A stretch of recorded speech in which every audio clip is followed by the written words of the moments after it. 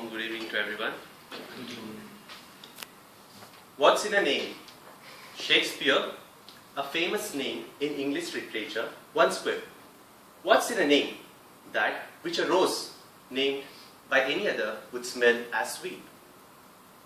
Fellow masters, Toastmaster of the day, and my dear guest, how many of you agree with the statement which is quoted by this famous bard? Pleased to see that we have quite a good following of Shakespeare in this room. I wonder why our parents spent so much of time by searching that beautiful name for us. What would happen if I call Anupriya as Chichpokli? Does it make any sense? Why is name such an insignificant entity? Right? Let us delve in this detail. Let us get into some analytical mode. Apple, BlackBerry, Coca-Cola, and what else? Facebook, Google, and many more brands. All these are names. Names of companies, names of products, names of concepts. Millions and billions have been spent in order to establish them.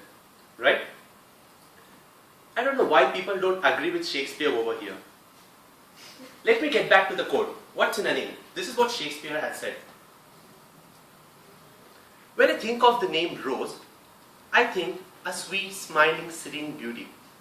Given a chance to go on a blind date, I guess most of you would definitely like to go on a date with a girl named Rose. Agreed? What if you're asked to go on a date with a girl named, let me say, Chickenpox? Got it from Anil's expressions. This is how the name does matter a lot.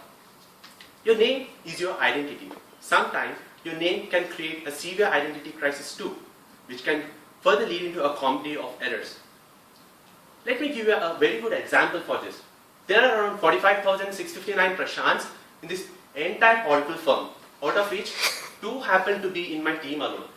Once, it happened like my senior colleague Prashant, he got recently married and he went to his vacation. And later, when the new joinees joined to my team, and when we were discussing that, hey, Prashant got married, these joinees rushed into my project manager, Prashant, and wished him happy married life, who already has 2 sons. And even more funnier is your nickname. At times, nickname is your identity too. Are Chotu, Aidar. Are Pappu pass ho gaya. Chotu, Pappu, Golu, Chintu, and Puppy. Why not? There are many funnier nicknames that we come across these days. Even I too had a nickname. I was called Mysore Pak in my childhood.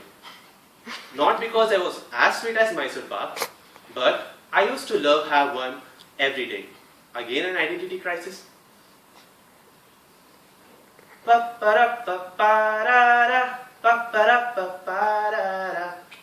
Advertisement.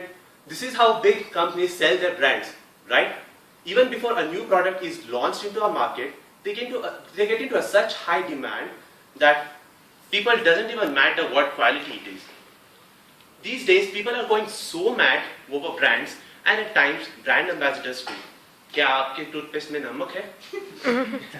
Sometimes we feel like we should definitely change the taglines of these brands. When an Apple launched its iPhone 6 Plus, I felt like iPhone should definitely change its tagline from think different to think flexible. And definitely Maggie, which is creating a huge buzz. Nowadays, it should definitely change its tagline to taste bhi, let bhi. And why not? L'Oreal. I think you girls all have seen. L'Oreal. Because you're ugly. You're ugly. And how about Old Spice? Smell like a grandpa. And Sony? Don't believe.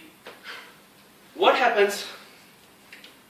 This is heights when the name takes its transition from being a proper noun to a verb. Yes, the speech that I'm delivering right now, all credits to Googling.